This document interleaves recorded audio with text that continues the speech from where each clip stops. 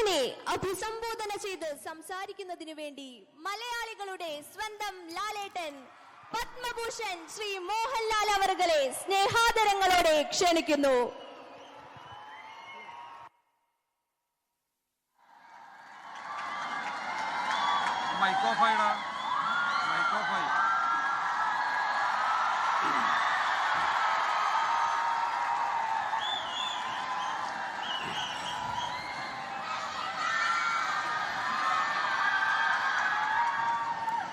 തൃശ്ശൂരിലെ